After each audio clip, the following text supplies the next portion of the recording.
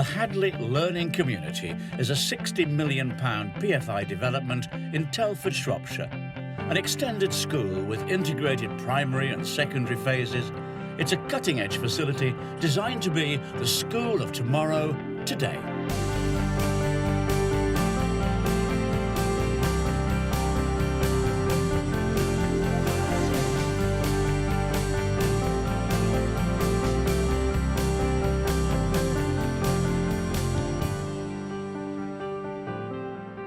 4 years in the making, the HLC is seen as a blueprint for the Building Schools for the Future scheme, developed in an ambitious partnership between an LEA and a construction consortium led by Interserve. The first part to open was the secondary phase, with the primary phase starting up in buildings to be demolished when the new facilities are ready in January 2007. Bringing together new staff, new students and new technology presented challenges during the first couple of weeks at the HLC. It's like all your Christmases come together, because obviously you've got every facility you could wish for. Can we just print a timetable which gets them to lessons now? If we can just get them to where they are today, and we'll reprint the timetables for tonight. Just tell me I can print the timetables for the next 10 minutes. No, they can't. There isn't a blemish on the walls, there's not a mark anywhere. You will look after this building. When I'm in front of them, you know, I'm tough talking and, you know, I'm raising the bar.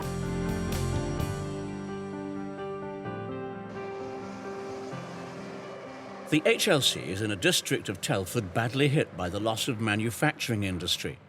The construction technique was simple but effective. A concrete frame was clad with textured panels, doing away with the need for hundreds of bricklayers. The circular design concept means it's a campus under one roof, rather than having buildings scattered around the site. Teachers and pupils can circulate freely, vital for a cross-phase curriculum. And teachers had a major say in the construction. The principal, Dr. Jill Eatough, was brought in 18 months before it opened to help design the place. The benching's going to go there, then we're going to have the... It's coming out like that, isn't it? Altogether, 740 rooms had to be checked and signed off. Need to re-look at that. Check. Checked all. Jill took responsibility for the design of the basic classrooms, which she kept traditional in character. I've basically gone for a generic basic classroom, which is like this, so that all the classrooms are the same, and then one layout to the labs. But very much it's been something that I've made the majority of decisions on. You know, I made these decisions 12 months ago, and here it is.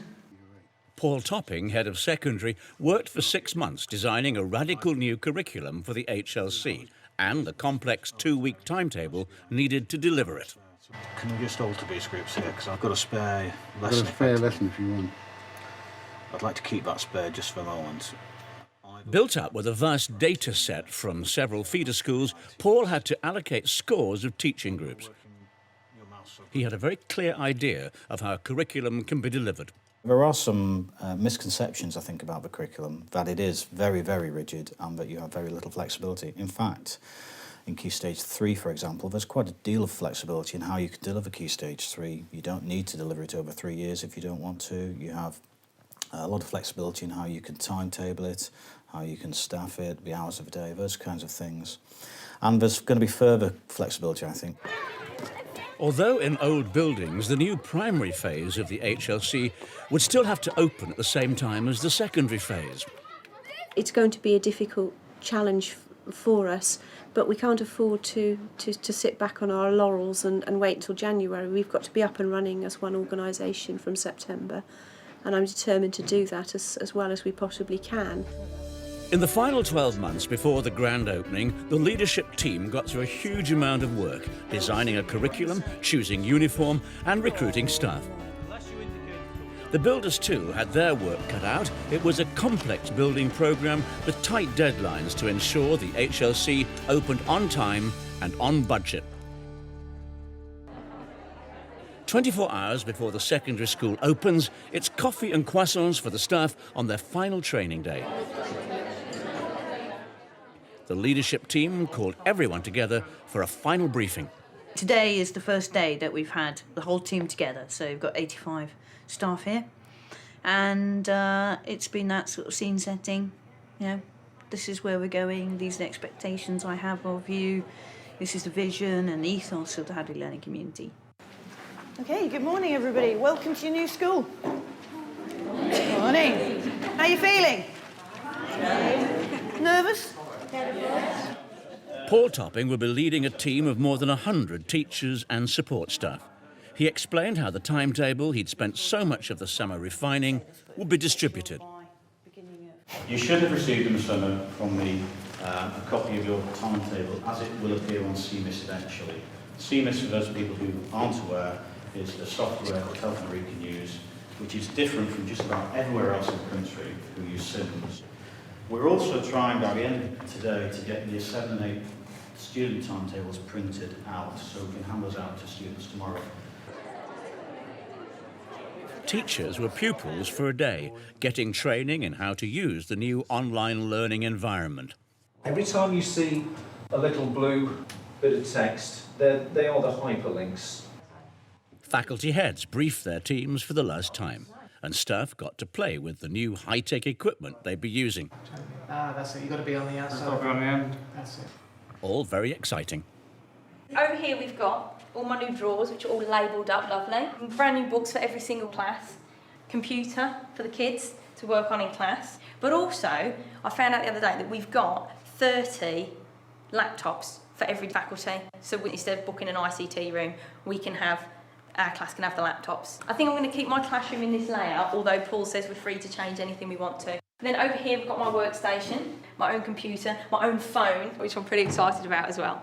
It's been great today. The most important thing for me today is that there's been a really positive staff climate. I mean, you're never quite sure until the staff are in the building and getting their preparation complete as to exactly what the mood's going to be. But it's been really upbeat and, everybody has been up for it tomorrow and ready, and actually people seem really relaxed, which is terrific really at the end of such a long planning phase. September the 5th, 2006, the secondary phase of the HLC is open for business. 8 o'clock, and Jill Eatough, the principal, arrives. And the early birds are here. That's the internal and external masters. That's what we discussed earlier, Jill. Dave, can you pick up the key from Richard for the gate to unlock the pupil gate when you go out? Assistant Vice Principal Dave Bowyer has the honour of opening up. Paul Topping's ready to face his first day as head of secondary. Who wants to be first through to the new school? Morning. Teachers check in and the facilities management team are ready to go. Today it's just Years 7 and 8 that are in school. Oh, they're prompt. They're prompt. You won't be allowed in the building unless your tie's looking like mine. Do you want me to do it for you? No. Well, do it yourself quickly then, please. New school, new rules. Start as you mean to go on. That all-important first assembly. Good morning, everybody. You're a very special year group for us because it will be what you achieve over the next 5 years. That will be a measure of the success of the Hadley Learning Community. Jill is very clear about the behaviour she expects from the new pupils. She doesn't pull her punches. So I'm going to talk about respect. And respect for the building is very much at the top of my list. There isn't a blemish on the walls. There's not a mark anywhere. Chewing gum is completely banned, and that's how I want it to stay. And I do mean that. You will look after this building. Laying down the law is essential on the first day of term. Students need to know where they stand. They need to know, you're firm, you're decisive, that you have right expectations of them, and you have to come across as don't mess with me, guys. And they then know, and you only get, you've got to set this in. Being too nice to them, that's not my job really. I've got lots of staff and lots of people looking after them, but they need to know when I'm in front of them, I'm tough talking and, I'm raising the bar. Break time, and pupils use the forum for the first time.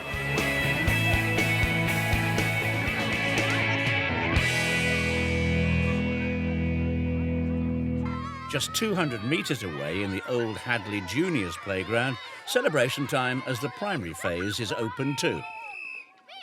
Like Jill Eatough, Erica Aston's making sure children are clear about what she expects of them and what the new systems for managing behaviour are. We're actually at an advantage in a lot of ways being here first because we can get those systems in place. It's expectations is a lot of it.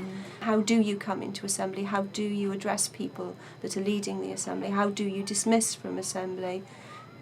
We need to get those things right, and then when we move into the new building in January, it'll be fabulous because they will know exactly how we expect them to walk into assembly, walk off the playground, walk out. So they're not coping with a new management team, new staff, new structures, and a new building. While children settle down in the primary school, in the new secondary building, the admin team are making final preparations for lessons to get underway. We're just trying to get the teaching groups accurate to make sure all the children know where to go, print off the timetables and pass them to them. That's it now, pull it up. Pupils are getting to know their tutors and making sure their uniforms look their best. But lessons can't start until they get their individual timetables. George, that's right, yeah. There's a problem. IT gremlins kick in. When data from the schools which closed down to make way for the HLC was transferred to the new system, data files got corrupted and CMIS, the software that runs the timetable, cannot produce accurate printouts for the students. All the work that was done has been lost. So we're having to re-enter, and every single child has to have, for them, their timetable put in so that we can print off the timetable. Now, hopefully we'll get it sorted this afternoon. We've got somebody coming down, but, you know, we're just struggling. Paul Topping realises it could be a critical problem. By now, lessons should be underway, but pupils have to stay put in their tutor groups. So we just can't get the thing to print. Can't you just get a print? It doesn't, no, because there's big gaps everywhere, so I can't. How do you mean big gaps? But the data's all incorrect in the database. I mean, I'm just frazzled. Can we get a message around to say, go to tutor rooms then, first, straight after lunch? Give timetables out, go to period 4. Provided we can get timetables out, yeah. Well, we've got to, you know, we have to do it. There's no choice. Right. And if we can't do it, we have to go around and say, right, you kids go to English. We'll sort you out from there, or we'll put them in the engineering gallery, or whatever. Hi, Gareth. The LEA sends specialists to help sort out the problem with the CMIS software. But they have to give Paul some very bad news. Just tell me I can print the timetables off the next 10 minutes. No. Tutors have had to keep pupils occupied for more than 2 hours now. Time for some word games. Right, Elliot. L. Good. L for leopard. I was saying to Paul, even if we haven't got the timetables printed out for the next lesson, we can just have to tell the kids where to go. And we've got to do something. Yes, the tutors can't keep them. You haven't got a master copy of your timetable. Paul's got a copy, but it's starting to look a bit dog-eared. The issue isn't with the timetable, it's with the kids in the teaching groups. For Jill Eatough, the students have been out of lessons for long enough. Can we just print a timetable which gets them to lessons now? And if we can just get them to where they are today, and we'll reprint the timetables for tonight. Exactly. Yeah, right. OK, can we print them? Incomplete timetables will have to go out. Tutors will have to fill in the gaps. Just say we move in 10 minutes. 10 minutes. Dave Bowyer gives out teaching group lists to curriculum leaders. Get things moving. I'll bring down 7X to here. Okay, right, room 1. Go and line up that side there for me. I'm still group right down to the bottom. Do you know where you're going? Good. What's amazing is there's been virtually no glitch in the building. You think with all these children in, there would be something major that might not work. And the buildings work perfectly and beautifully. The children have been fantastic. And the one bit that's let us down is a bit that we probably had the least control over. So there's a story there, isn't there? La classe, s'il vous plaît, asseyez-vous. But it will never happen again.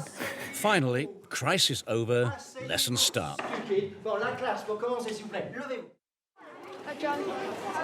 The end of a rather fraught first day. Well done, everybody. Jill took heart from the way that she, her leadership team and her pupils had coped with the teething troubles of a brand new school.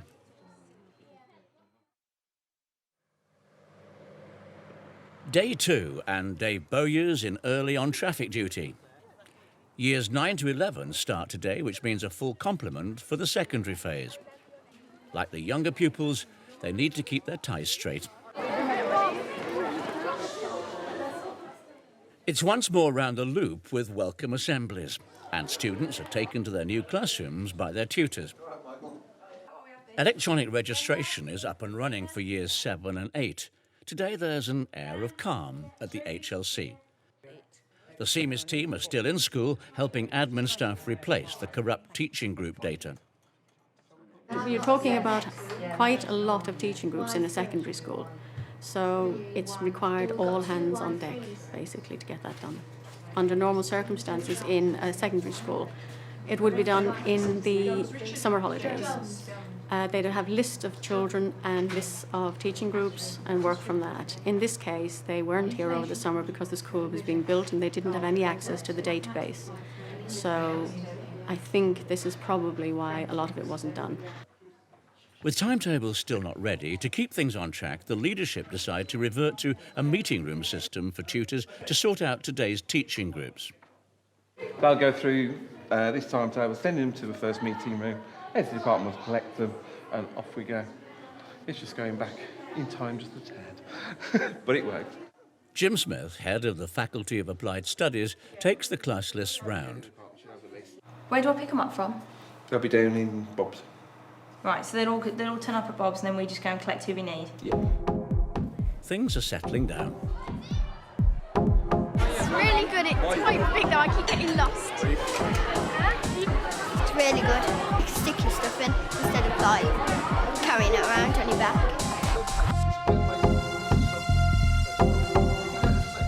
They've got a bag rack in each classroom. There's less mess on the floor. We're going to end up with this. It feels great to be one of the first 1,000 people to go in it. The HLC is an engineering college, and Jeff Williams' role as Director of Engineering is a critical part of the bid to get better results. It's like all your Christmases come together.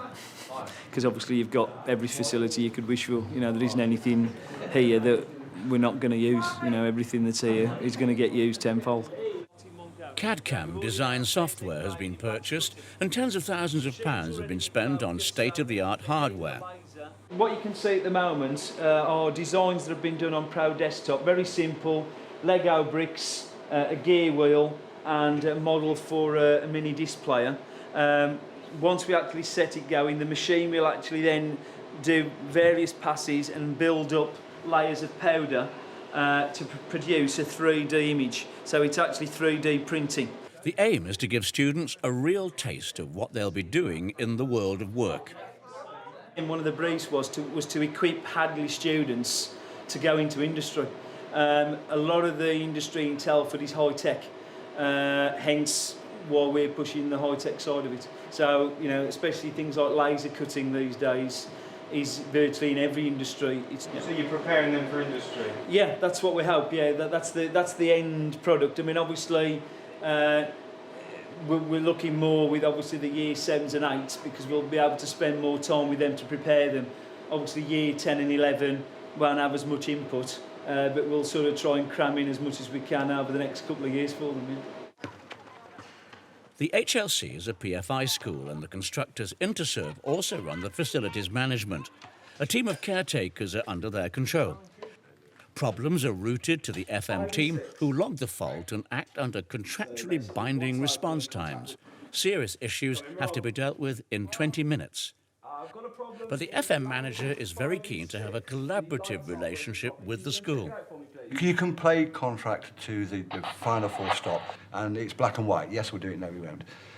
In my view, acting in the spirit of the contract is far better. If it says that Interserve will achieve X, Y, and Z by next Tuesday, then we'll achieve X, Y, and Z.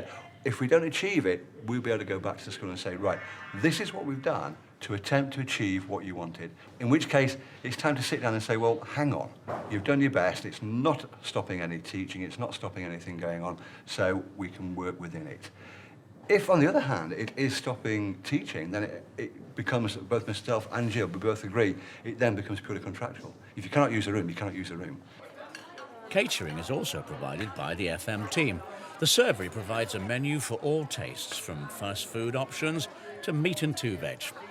You've got roast chicken on the main counter, girls, you've got vegetarian on the next counter, or you've got hot deli specials on the bottom counter. You can have either one of these with the jacket potato, or you can have the salad with it. I'll just have pizza. Have a little bit of something. Have a jacket potato with it. It's £1.70. It's big and posh. It's like a restaurant, basically, isn't it? It's absolutely fantastic. We'll find out what the food is like after I've tasted it. The industrial kitchen is run by Steve Evans, who used to cook for soldiers in Iraq. Right, shall we go for 12 or 14? 14, I think it's come up quite nice, it's risen. Everything we're providing is healthy for the children, so in a way it's good because we know we're giving them all their nutrition.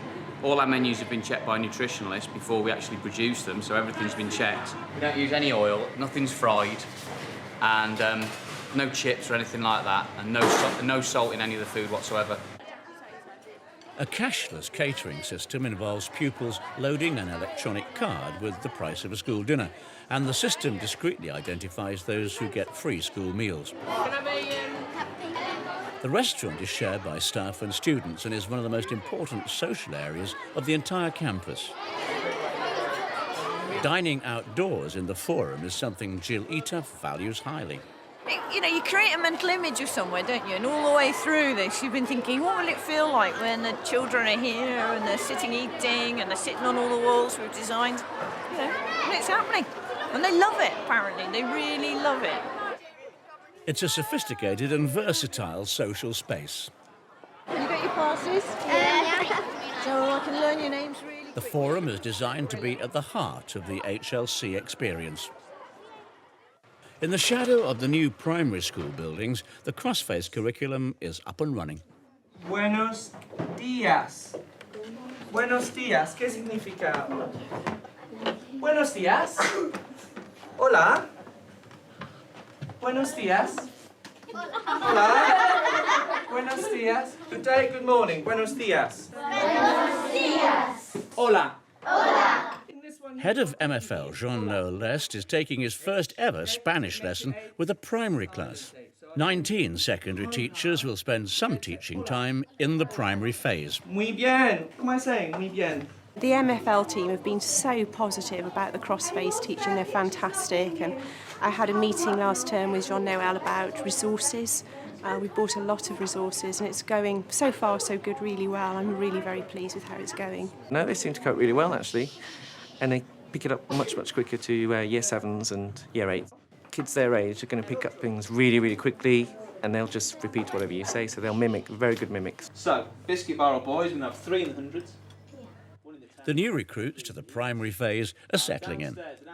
Mathematics is a curriculum area that will help determine whether the new school will deliver on the promise of raising achievement. Can I jump another 10? Sophie.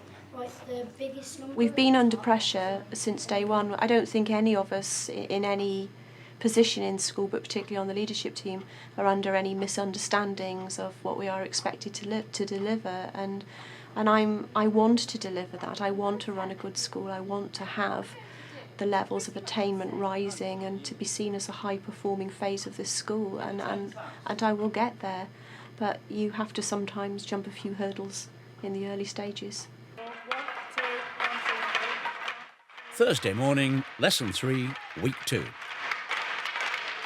A music lesson for Year 8s in the Engineering Gallery. Students have all got their timetables, so no excuses for being late. The staff are loving their new surroundings. Unbelievable. Everything we put in the plan has come off. Even look, there's almost a smile there off one of them, bless him. We couldn't ask for better. So with the excellent facilities, now we've got to work on producing the results. For the head of secondary, the first 2 weeks at the HLC have provided some testing times, but Paul's phlegmatism enabled him to cope and cope well.